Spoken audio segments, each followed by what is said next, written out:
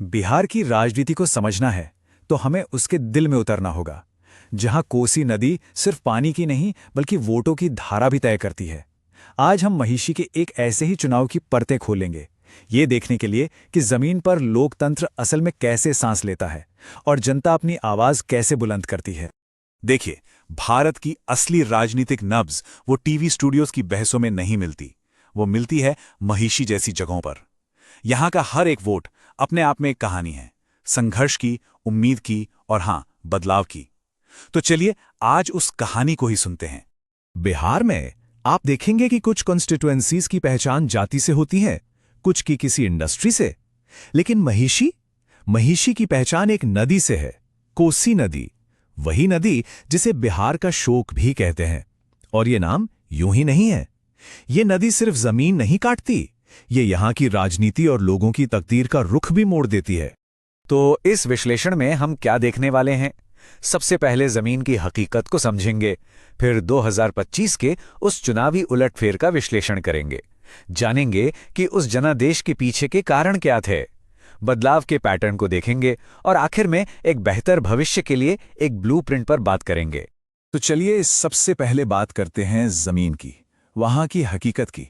क्योंकि किसी भी चुनाव को समझने के लिए पहले वहां के लोगों और उनकी रोजमर्रा की जिंदगी को समझना बेहद जरूरी है। आखिर महिषी की सामाजिक बुनावट है कैसी? यहां की 91% से ज्यादा आबादी गांवों में रहती है। अब इसका मतलब क्या है? इसका सीधा सा मतलब यह है कि यहां के लोगों के लिए राजनीति का मतलब अखबार की सुर्खियां नहीं होता। उनके लिए राजनीति का मतलब है फसल का सही दाम, बाढ़ का पानी और रोज की रोटी का जुगाड़।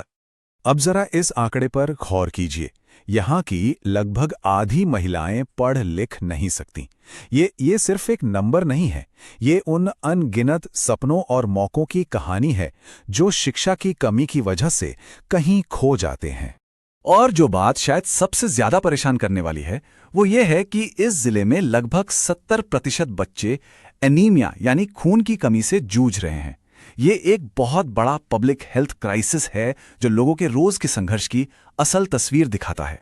और इन सब आंकड़ों को देखते हुए एक बात हमेशा याद रखनी चाहिए, चुनाव का कोई भी विश्लेषण महज हार जीत का खेल नहीं है। हर वोट के पीछे एक इंसान है, उसकी गरिमा है, उसकी उम्मीदें हैं। हमारा संविधान भी इसी गरिमा और इन्हीं मूल्यों की बात करता है। ये जो आंकड़े हैं ये सिर्फ नंबर नहीं, ये महिषी के लोगों की जीती जागती सच्चाइयां हैं। ठीक है, तो अब आते हैं कहानी के सबसे दिलचस्प मोड़ पर। 2025 का वो चुनावी नतीजा जिसने हर किसी को चौंका दिया। ये कोई नेताओं का फैसला नहीं था, ये तो सीधे सीधे जनता का फैसला था। तो ये रहे फाइनल नतीजे।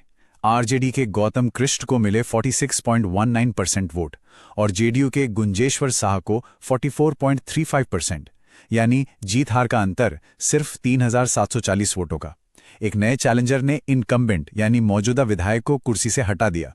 अब सवाल ये उठता है कि जब मार्जिन इतना कम हो तो वो कौन सी एक वजह थी, वो एक डिसाइसिव फैक्टर क्या था जिसने पूरा खेल ही पलट दिया? और जवाब है ये नंबर 70.45%। 2025 में महिषी के लोगों ने रिकॉर्ड तोड़ वोटिंग की। समझिए, ये सिर्फ एक आंकड़ा नहीं है, ये बदलाव की एक बहुत जोरदार लहर थी। इस पूरी कहानी का असली हीरो कोई नेता नहीं बल्कि यही बढ़ा हुआ वोटर टर्नआउट था। तो चलिए अब इन कड़ियों को जोड़ते हैं, ये समझने की कोशिश करते हैं कि वोटिंग में इस उछाल का नतीजा क्या हुआ और कोसी के वोटों की धारा आखिर बदली तो क्यों और कैसे बदली। देखिए, ये कनेक्शन बिल्कुल साफ है। 2020 का चुनाव टर्नआउट था लगभग 59% और नतीजा इनकम्बेंट यानी जेडीयू की जीत। अब आइए 2025 पर, टर्नआउट बढ़कर 70% से ज्यादा हो गया और नतीजा इनकम्बेंट की हार। यह साफ साफ दिखाता है कि जो खामोश वोटर थे वो इस बार घर से बाहर निकले और उन्होंने बदलाव के लिए वोट किया। तो इस जबरदस्त उछाल के पीछे था क्या? असल में कई वजहें थी। दशकों से चली आ रही कोसी बाढ़ से जुड़ी शिकायतें, तटबंधों के बीच बसे वो अलग थलग गांव जिनकी हमेशा अनदेखी हुई, और हां, इस बार वोटरों का झुकाव एक पढ़े लिखे टेक्नोक्रेट प्रोफाइल वाले उम्मीदवार की तरफ भी दिखा। लेकिन सबसे बड़ा कारण था युवाओं और पहली बार वोट डाल रहे नौजवानों का सफल मोबिलाइजेशन। अब थोड़ा जूम आउट करके बड़ी पिक्चर देखते हैं। 2025 का ये नतीजा कोई एक अकेली घटना नहीं थी। नहीं, ये महेशी के वोटरों की जो स्वतंत्र सोच है, उसका एक लंबा पैटर्न है। आप ये टाइमलाइन देखिए।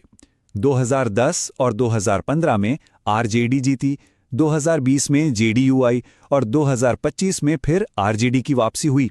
2010 के बाद से महेशी ने किसी भी उम्मीदवार को लगातार दोबारा नहीं जिताया है। ये सीट पार्टियों और चेहरों के बीच लगातार घूमती रही है। ये क्या दिखाता है? यही कि यहाँ का वोटर किसी का बंधुआ नहीं है, वो हर बार सोच समझकर अपना मन बनाता है। और एक और बहुत दिलचस्प पैटर्न है जिसे कहते हैं स्प्लिट टिकट वोटिंग। इसका मतलब क्या होता है? इसका मतलब ये कि जब एक ही इलाके के वोटर नेशनल इलेक्शन यानी लोकसभा में एक पार्टी को वोट दें और स्टेट इलेक्शन यानी विधानसभा में किसी दूसरी पार्टी को। महेशी में ठीक यही हुआ।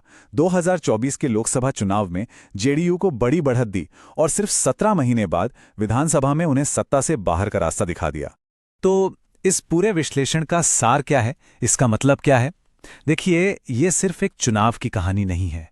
ये आने वाले समय के लिए एक ब्लूप्रिंट है, एक रोड मैप है। ये साफ बताता है कि महेशी के लोग क्या चाहते हैं और जो भी वहां का नेता बनेगा उसे किन मुद्दों पर काम करना ही होगा। लोगों का मैंडेट, उनका जनादेश बिल्कुल साफ है। पहला, हेल्थ क्राइसिस पर फौरन ध्यान देना होगा। 69% बच्चों में एनीमिया और महिलाओं की कम साक्षरता, इसे ठीक करना होगा। दूसरा, जमीन और पानी के जो उलझे हुए मसले हैं उन्हें सुलझाना होगा, जैसे गाद, कटाव और डूबी हुई जमीन पर टैक्स की समस्या। और तीसरा, जो कि सबसे जरूरी है, स्थानीय रोजगार पैदा करने होंगे ताकि पलायन रुके, जैसे बांस जैसी पारंपरिक चीजों में नए अवसर बनाना। और आखिर में एक बहुत जरूरी बात, लोकतंत्र में डेटा का इस्तेमाल वोटरों को टारगेट करने के लिए नहीं होना चाहिए। नहीं, इसका इस्तेमाल उनकी जरूरतों को समझने और उनकी सहमति और जिम्मेदारी के साथ उनकी सेवा करने के लिए होना चाहिए। जानकारी का नैतिक और सही इस्तेमाल ही एक स्वस्थ लोकतंत्र की असली बुनियाद है। और हम आपको इस एक सवाल के साथ छोड़ जाते हैं। क्या कोई ऐसा लीडर जो जमीन के इन आंकड़ों को, यहाँ की सच्चाई को गहराई से समझ ले, वो आखिरकार कोसी नदी के इस शोक को कम कर सकता है?